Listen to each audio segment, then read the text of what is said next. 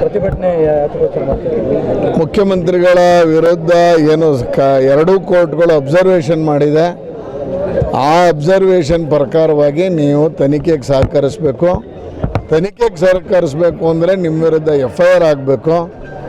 FIR ಮಾಡಬೇಕು ಅಂದರೆ ಲೋಕಾಯುಕ್ತದವರಿಗೆ ಒಂದು ನಿರ್ಭೀತಿಯಿಂದ ಮಾಡಬೇಕು. ಸಹಜವಾಗಿ ಒಬ್ಬ ಮುಖ್ಯಮಂತ್ರಿಗಳ ವಿರುದ್ಧ FIR ಮಾಡೋಕ್ಕೆ ಭಯಪಡ್ತಾರೆ.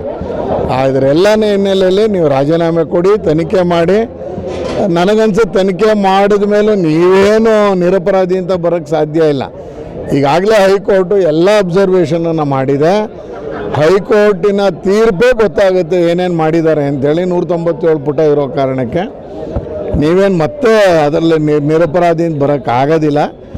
ದಯಮಾಡಿ ನೀವು ಲೋಕಾಯುಕ್ತ FIR ಮಾಡಬೇಕು ಅನ್ನೋದಾದರೆ ನೀವು ರಾಜೀನಾಮೆ ಕೊಡಬೇಕು ಅಂತ ಒತ್ತಾಯಿಸಿ ಇವತ್ತು ಪ್ರತಿಭಟನೆಯನ್ನು ಮಾಡ್ತಾಯಿದ್ದೀವಿ.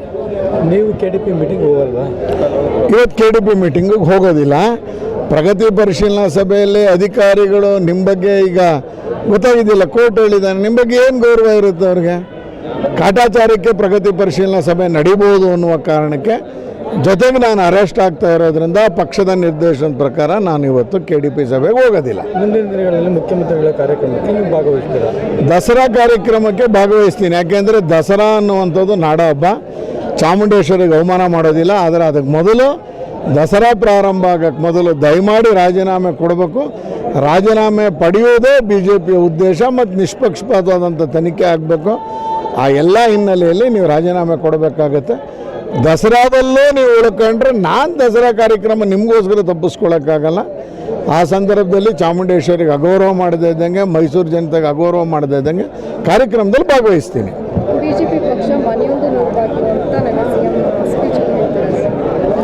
ಏನಿದೆ ಮನೆಯೊಂದು 100 ಬಾಗಿಲು? ಈಗ ನೋಡಿ, ನಿಮ್ಮ ವಿರುದ್ಧ ಯಾರೆಲ್ಲ ಮಾತಾಡಿದ್ರು?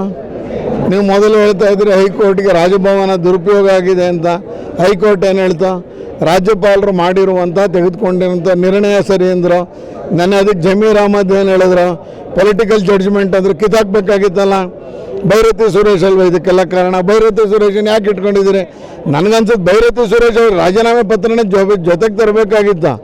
ಅವ್ರ ಕಾರಣಕ್ಕೆ ಇವತ್ತು ಮುಖ್ಯಮಂತ್ರಿ ಈ ಪರಿಸ್ಥಿತಿಗೆ ಬಂದಿರೋದು. ಒಬ್ಬೊಬ್ಬರು ಒಂದೊಂದು ಮಾತಾಡ್ತಿದ್ದಾರೆ. ನಾನು ರಾಜ್ಯದ ಏನೋ KPCC ಅಧ್ಯಕ್ಷನಾಗಿ ಹೇಳ್ತಾ ಇದ್ದೀನಿ ಅಂತಾರೆ. ಏನು ಅಧ್ಯಕ್ಷನ ಕೇಳ್ಕೊಂಡು ಮುಖ್ಯಮಂತ್ರಿ ಮಾಡಿರ್ತಾರೆ? ಅದನ್ನು ಕೇಳ್ಕೊಂಡು ಜಡ್ಜ್ಮೆಂಟ್ ಕೊಟ್ಟಿದ್ದಾರೆ. ಜಡ್ಜ್ಮೆಂಟಿಗೆ ನಿಮ್ಮ ಪ್ರತಿಕ್ರಿಯೆ ಏನು? ಆಯ್ತು, ಹಂಗಾರೆ ಯಾಕೆ ಇನ್ನೂ ಹೋಗಿಲ್ಲ ನೀವು? ಅಬ್ಸರ್ವೇಷನ್ ಏನಿದೆ? ಅಬ್ಸರ್ವೇಷನ್ ಚಾರ್ಜ್ ಶೀಟ್ ಇದ್ದಂಗೆ ಇದೆಯಲ್ಲ. ನೀವು ನಾಳೆ ನಾವು ಮತ್ತೆ CBIಗೆ ಕೊಡಿ ಅಂತ ಒತ್ತಾಯ ಮಾಡೋಕ್ಕೆ ಮೊದಲು ನೀವು ರಾಜೀನಾಮೆ ಕೊಡಿ. ನಾನು ಯಾಕೆ ಸಚಿವ ಸಂಪುಟ ಸಭೆ ಹಂಗೆ ನಿರ್ಣಯ ಮಾಡಿದ್ರೆ? ಯಾಕೆ ಚೀಫ್ ಸೆಕ್ರೆಟರಿನೋ ಮತ್ತೊಬ್ಬರು ನನಗೆ ತೋರಿಸ್ಬಿಟ್ಟು ಕಳಿಸ್ಬೇಕು ಅಂತ ಯಾಕೆ ಮಾಡಿ? ಏನು ಭಯ ನಿಮಗೆ? ಅಧಿಕಾರಿಗಳು ಎಲ್ಲಾದರೂ ನಮ್ಮ ವಿರುದ್ಧ ಮಾತಾಡ್ಬಿಡ್ತಾರೆ, ಬರೆದ್ಬಿಡ್ತಾರೆ ಅನ್ನೋ ಭಯ. ನೀವು ತಪ್ಪು ಮಾಡಿದರೆ ಬರೀತಾರಪ್ಪ. ಇಲ್ಲದ್ರೆ ಯಾಕೆ ಕಾರ್ಯದರ್ಶಿಗೆ ಯಾಕೆ ಸೂಚನೆಯನ್ನು ಕೊಟ್ಟರೆ? ಎಲ್ಲೋ ಒಂದು ಕಡೆ ನಿಮ್ಗೆ ಅಳಿಕಿದೆ. ನಿಮ್ಮ ಸಚಿವ ಸಂಪುಟದ ಮೇಲೆ ರಾಜ್ಯಪಾಲರು ಚಾಟಿ ಬೀಸ್ತಾರೆ ಅಂತ ನಿಮಗೆ ಗೊತ್ತಿದೆ. ಆ ಹಿನ್ನೆಲೆಯಲ್ಲಿ ತಪ್ಪಿಸ್ಕೊಳ್ಳೋಕೆ ಮಾಡ್ತಾ ಇದ್ದೀರಿ.